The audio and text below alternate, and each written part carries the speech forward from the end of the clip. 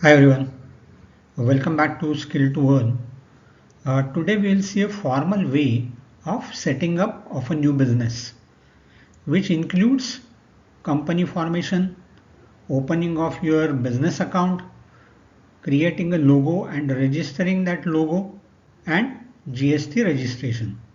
So let's see these things one by one and their importance. So whether it is an online business or offline business, if you want to set it up formally, then what do you need? You need a business identity and the registration of your business.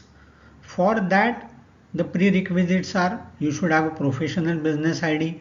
So you should purchase a domain, okay, and with that domain you get a domain email ID. So you should use that, not a Gmail ID or Yahoo ID. Then you should have a mobile number. That mobile number can be a separate number for business, and then you can also install business WhatsApp on that number. Then some type of businesses will have a separate PAN card. Then you need a Shop Act license. In Maharashtra it is also called as Gumasta license. Then you can create a logo. Website is good to have, but it is optional. And then you need to have your company registration. In the financial details, you need to open a bank account. An active bank account is absolutely required for any business. Generally, this type of accounts are current account, or cash credit account. So that is must for a business entity.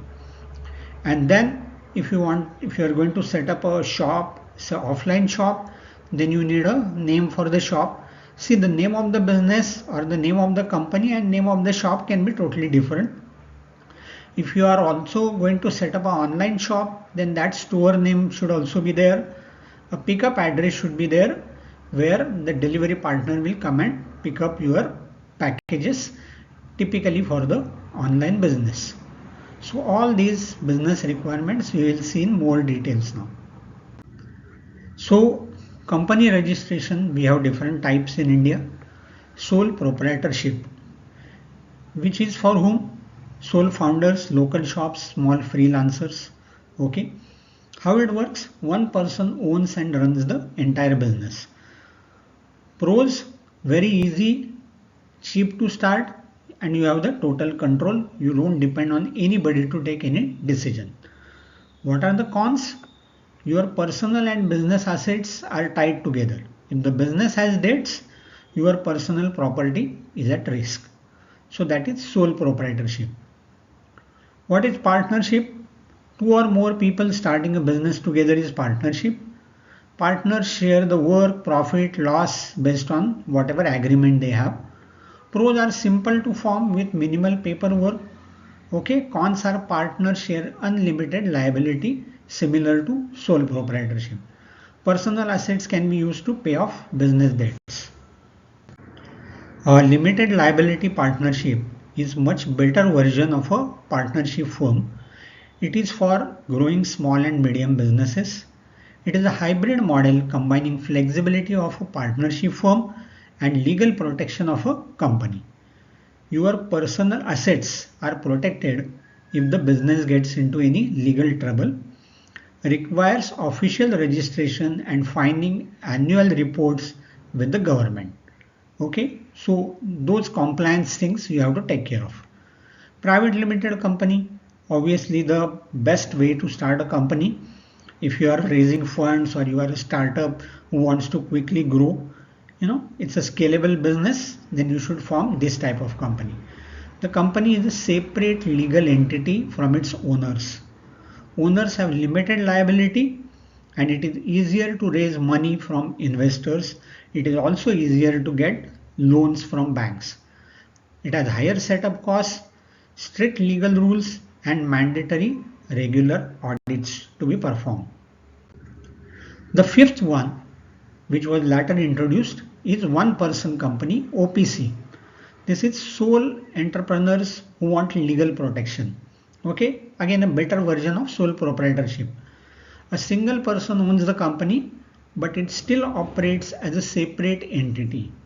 You get the benefits of a corporate structure without needing a second partner or shareholders. Strictly limited to one owner and higher compliance fees than a basic proprietorship that you will have to pay.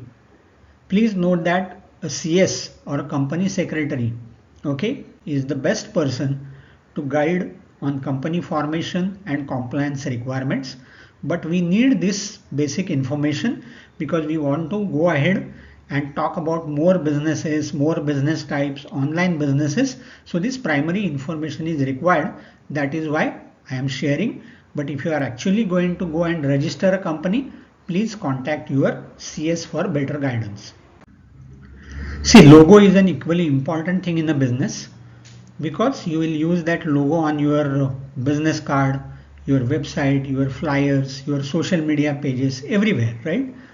Once you create this logo, either you ask somebody like a graphic designer to create it, or you create it through ChatGPT or any other AI tool, but it has to be a unique logo, very nice design, very easy to understand, and it should show what exactly you are doing in your business. So that type of logo you have to get created. Once the logo is created, you can register this logo as a trademark in India. So what do you have to do? Check the official government portal to ensure your logo is unique and no one else is using similar logo or similar design. Then file the official application, okay, to Controller General of Patents, Designs and Trademarks website. Once this is submitted, pay the fees and wait for approval. The government reviews your logo and publishes it in the Trademark General for public review. If there are no objections, it will be officially registered. So that is how you have to get your logo registered. Next comes in GST registration, which is also called as GSTIN. New business in India must register for GST within 30 days of crossing specific turnover limits. What are the turnover limits? The threshold is currently in 2026. It is 40 lakhs for business supplying goods. So if you are selling products, it is 40 lakhs and 20 lakhs for service providers. For special category states like Northeast and Hill states, these thresholds are 20 and 10 lakhs respectively. At the time of registration, you go to GST portal and check the details at that particular time. Mandatory registration rules are, regardless of your turnover, you must obtain a GSTIN registration if your new business involves anything of following. What are they? Interstate supplies, e-commerce. We are going to see a complete training on how to register on Amazon. So if you are going to register on Amazon, you definitely need GST registration. Reverse charge mechanism. If you are going to use RCM, then you need it. Casual or non-resident taxable persons need it. And agents who are supplying goods or services on behalf of other registered taxable persons also need it. So in that case, GST registration is mandatory. Next 3 slides, we are going to talk about GST registration. So what are the essential documents? PAN card of the business and the promoters, directors. Identity or address proof, which may be your Aadhaar card, passport, voter ID. Proof of business registration, which is certificate of incorporation, partnership deed, trade licenses. Principal pays of business proof, again electricity bill, corporation tax bill, lease agreement or NOC from the owner. And you should also have a bank account. Now once you have all these things in, there are 2 options for small businesses. One is called composition scheme, which is available for suppliers of goods with a turnover of up to 1.5 crores and rupees 50 lakhs for service providers. This allows you to pay lower fixed tax with significantly reduced compliance and return filing. Okay, this is making it easy for small business owners. And for regular taxpayers, required for standard businesses, allowing you to claim input tax credit or ITC on your business purchases. So let us understand step by step registration process the way it is in 2026. Access the official GST portal. Go to Services, Registration and New Registration. Fill out Part A using your PAN number, mobile number and email address. You will receive a temporary reference number which is called as TRN. Then you can log in using this TRN and fill out the second part, which is Part B, where you have to provide details of your business, promoters, principal place of business, and then upload the requirement documents. Complete Aadhaar authentication eKYC to ensure faster processing. Then submit the application. Once verified by a tax officer, you will be issued a 15-digit goods and services taxpayer identification number, which is also called as GSTIN. So this completes the process of GST registration. So what we have seen so far is you should form a company. Whichever company structure you want to select that and form a company.